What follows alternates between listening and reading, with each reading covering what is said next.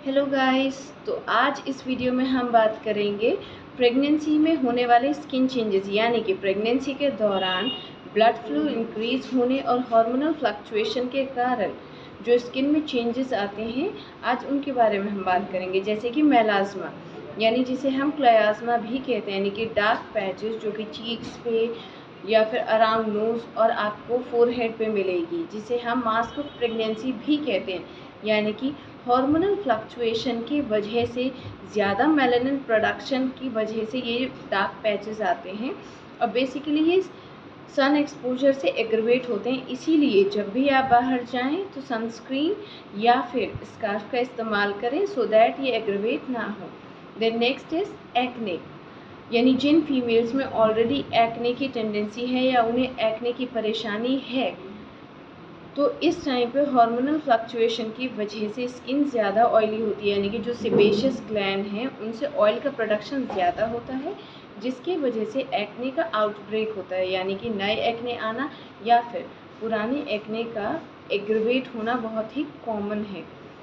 तो इसीलिए इसे आपको मैनेज अगर करना है तो अपने फेस को वॉश करना है माइल्ड क्लेंसर से बहुत ही जेंटली, और जो एक्ने आपके फेस पर हैं उन्हें आपको ना तो पिक करना है ना ही स्क्वीज़ करना है, राइट। ये अपने आप ठीक हो जाते हैं। Then next is stretch mark. Pregnancy के दौरान सडन वेट गेन की वजह से स्किन जो है वो बहुत ज़्यादा स्ट्रेच होती है, जिसकी वजह से आपको स्ट्रेच मार्क्स जो है वो मिलेंगे, जो कि यूजुअली आपको एब्डोमेन पे, चेस्ट पे, थाई पे, बटक पे मिलते हैं।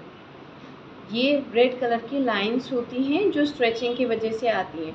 अगर आप ड्यूरिंग प्रेगनेंसी अपनी स्किन को हाइड्रेट रखते हैं, ज़्यादा से ज़्यादा लिक्विड डाइट पे रहकर, और साथ में अगर आप अच्छे मॉइस्चराइज़र का रेगुलर इस्तेमाल करते हैं, तो आपकी स्किन अगर सॉफ्ट और हाइड्रेटेड रहेगी तो स्ट्रेच मार्क्स के चांसेस जो हैं कम हो जाते हैं। बाकी ये जो स्ट्रेच मार्क्स होते हैं ये धीरे धीरे वक्त के साथ फेड हो जाते हैं, पर कम्प्लीटली कभी नहीं जाते, इन्हें क्योर नहीं कर सकता है कोई, लेकिन हाँ ये बहुत ज़्यादा फेड हो जाते हैं। Then next is palmar erythema, यानी बहुत सारी फीमेल्स होती हैं उनमें जो उनके पाम होते हैं उसमें रेडनेस और इचिंग मिलेगी आपको, जो कि बहुत कॉमन है। प्रेगनेंसी में कईयों को होता है बट आफ्टर डिलीवरी ये ठीक हो जाता है। Then darkening of areola and nipples, जो कि एक फिजियोलॉजिकल चेंज है प्रेगनेंसी के दौरान मेलानिन प्रोडक्शन के बढ़ने की वजह से। Next is spider and varicose when. Spider veins यानी कि स्मॉल एंड रेड कलर की वेन्स, और जो वेरिकोस वेन्स होती हैं यानी कि एनलार्ज्ड एंड पेनफुल वेन्स, जो कि आपको प्रेशर या फिर ब्लड फ्लो के इंक्रीज होने की वजह से ड्यूरिंग प्रेगनेंसी मिलती है। साथ में जिन फीमेल्स को एक्जिमा की परेशानी होती है वो भी due to hormonal changes during pregnancy बहुत ही जल्दी एग्रवेट होती है।